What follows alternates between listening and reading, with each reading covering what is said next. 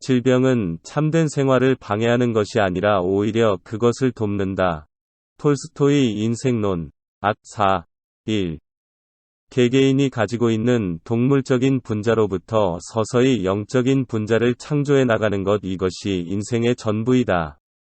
하지만 그러기 위해서는 우리들에게 악이라 불리워지는 것이 필요하다. 우리가 악이라 부르고 있는 것, 즉 재화나 질병이나 고뇌에 의해 비로소 우리는 동물적인 자신을 정신적인 자기로 개조할 수 있는 것이다. 실생활에서 항상 성공하는 사람들은 언제나 건강하고 부유하고 치욕을 모르는 자들이 실은 얼마나 약하며 때로는 비열하기까지 한가를 알고 있다. 이것만 보더라도 인간에게는 시련이라는 것이 불가결하다는 것이 명백해진다. 그런데도 불구하고 우리는 그런 시련에 부닥칠 때마다 언제나 불평을 늘어놓으며 슬퍼하는 것이다. 이 고난은 좋지 않은 것이라고 우리는 말한다. 그러나 만일 고난이 없다면 우리는 어디서 우리 인간이 종말을 고하는지, 그리고 어디서 우리가 아닌 다른 존재가 시작되는지를 알지 못했을 것이다. 3. 자기 육체가 누구보다도 약하다고 느낄 때 우리는 정신적인 면에서 누구보다도 강할 수가 있는 것이다. 류시 마를리. 4. 인간의 본분을 다하고자 하는데 방해가 되는 질병은 없다.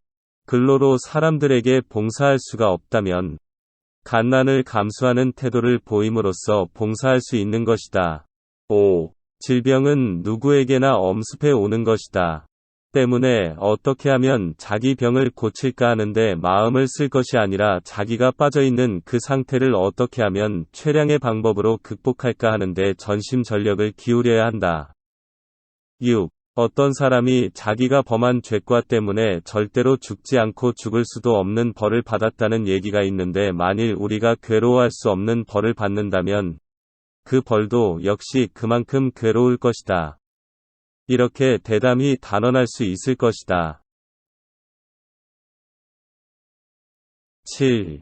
그 병 때문에 죽을는지도 모른다는 것을 환자 본인에게 숨기는 것은 좋지 않은 일이다. 오히려 그에게 그것을 상기시킬 필요가 있다.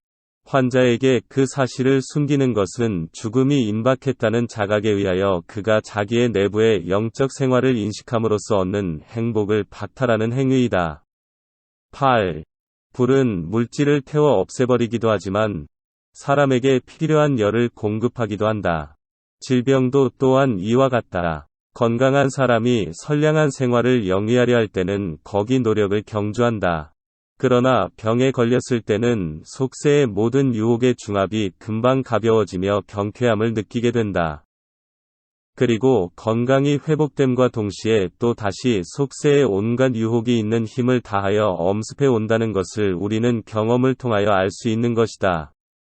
9. 육체적인 조건이 나면 나쁠수록 그만큼 정신적으로는 건강해진다. 따라서 우리에게는 나빠진다는 것이 있을 수 없다. 영혼과 육체, 그것은 천평층의 양단과 같은 것이다.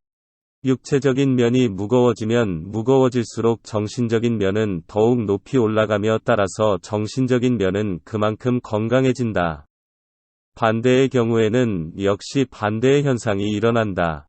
10. 노쇠에서 유년시대로의 환원은 인간의 의식과 생명의 패멸이다라고 사람들은 말한다. 나는 노쇠에서 유년시대로 환원한 신학자 요한을 상상해본다. 전설에 의하면 그는 형제들아 서로 사랑하라 라는 말밖에는 하지 않았다고 한다. 거우 몸을 움직이는 100살 먹은 노인은 눈물이 흥건히 핀 눈을 번쩍이며 서로 사랑하라 라는 말밖에는 하지 않았다. 이러한 사람에게는 이미 동물적 존재는 거의 없고 세계에 대한 새로운 태도에 의해 육체적 인간의 존재와는 다른 별개의 새로운 존재로 승화되는 것이다. 인생의 참된 면을 이해하는 사람은 질병이나 노쇠가 생명을 단축시킨다고 개탄하는 것이 마치 빛을 향해 접근해가는 사람이 빛이 가까워짐에 따라 자기의 그림자가 축소된다고 슬퍼하는 것과 같은 것임을 알고 있다.